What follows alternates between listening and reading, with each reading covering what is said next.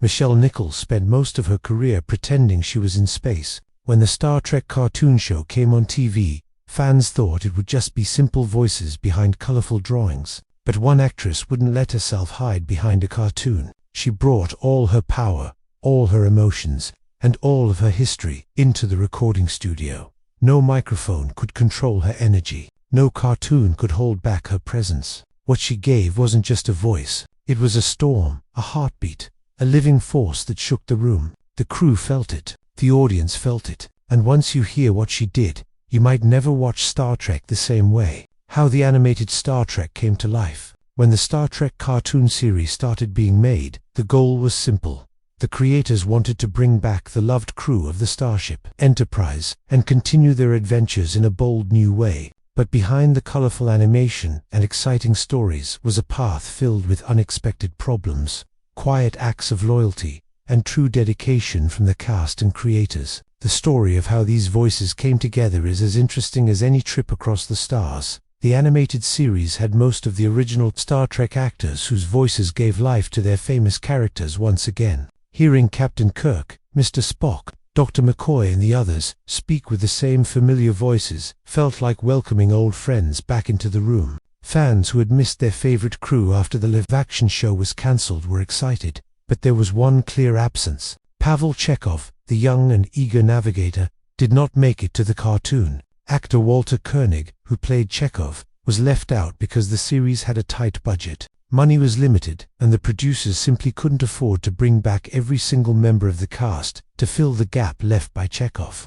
2 new characters were created. Lieutenant Erix, a member of the 3-armed, 3-legged Edoshan species, stepped in to help navigate the ship. His unusual appearance added a unique touch to the animated universe and gave the Enterprise a fresh alien presence on the bridge. Alongside was Lieutenant Emma Ress, a graceful cat-like Caitian who sometimes took over communications duties when Araya was away. Both characters were brought to life by the amazing talent of the voice actors. James Doohan, who played Montgomery Scott, provided the voice of Erix, in addition to his character. Majel Barrett, who voiced Nurse Christine Chapel, gave Ress her soft yet commanding sound. Barrett also lent her voice to the ship's main computer and many other background characters, showing her incredible range and skill. At first, the studio planned to keep the cast even smaller. The early idea was to use only the voices of William Shatner as Captain Kirk, Leonard Nimoy as Spock, DeForest Kelley as Dr. McCoy, James Doohan, and Majel Barrett. Doohan and Barrett were expected to perform the voices of Sulu and Uhura. In addition to their roles, it seemed like a practical way to save money. But when Leonard Nimoy arrived at the first recording session, he immediately noticed something wrong. George Taker, who played Sulu, and Michelle Nichols, who played Uhura, were missing when he learned they had not been hired because of budget limits. Nimoy made a firm decision. He refused to record a single line as Spock unless Takei and Nichols were brought back. For Nimoy, it wasn't only about friendship or loyalty. He believed deeply in what the characters represented. Sulu and Uhura were living symbols of the diverse and hopeful future that Star Trek promised. Their presence showed a galaxy where people of every background worked together as equals. To remove them and replace their voices would be betraying that vision. Nimoy also knew how difficult life had been for many of his fellow actors after the original series ended. Work was hard to find, and every job mattered. He couldn't stand by while 2 of his colleagues, both minority actors, were quietly left out. When producer Lou Schimmer heard Nimoy's concerns, he was shocked. The studio had always valued diversity in its shows and never meant to send such a hurtful message. Realizing the mistake, the team acted quickly. Takei and Nichols were hired, and the recording session was rescheduled so the full crew could be together. Once more, thanks to Nimoy's courage and principles, the animated Enterprise kept its spirit of equality alive. Although Walter Koenig couldn't join the cast as Chekhov, the producers didn't forget him. They invited him to contribute in another way. Koenig was given the chance to write a script for one of the episodes, titled The Infinite Vulcan. It was a small but meaningful way to keep him connected to the Star Trek family, and it allowed his creative voice to be heard, even if his character wasn't there. Voice recording officially began in June 1973. For the first 3 episodes, the actors recorded together in the same room, creating the lively energy of a true group.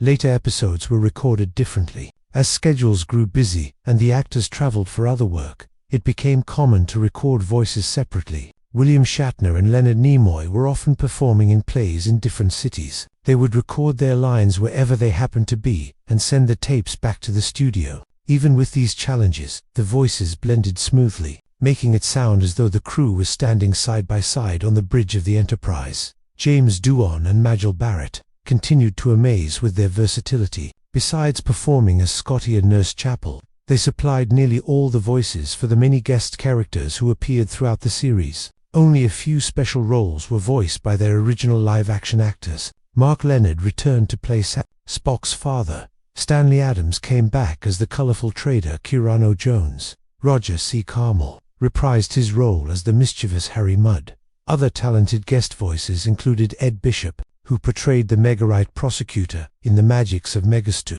and Ted Knight, who gave life to Carter Winston in The Survivor. Michelle Nichols also took on extra duties, lending her voice to several characters in episodes such as The Time Trap and The Lorelei Signal. Further proving her remarkable range, the production faced unusual hurdles along the way. One surprising challenge came from an unexpected cause: local politics. When the premiere episode was set to air, the Los Angeles market refused to broadcast it. George Takei was running for a seat on the city council at the time, and a strange interpretation of the FCC fairness doctrine caused concern. The station feared that airing Takei's voice might require them to give equal time to his political opponents. To avoid complications, they chose not to show the episode, leaving Los Angeles fans to wait before hearing the familiar voices of their beloved crew. Despite these obstacles, the animated Star Trek series became a treasured continuation of the original show. The cast's dedication, the producers' quick action to correct mistakes,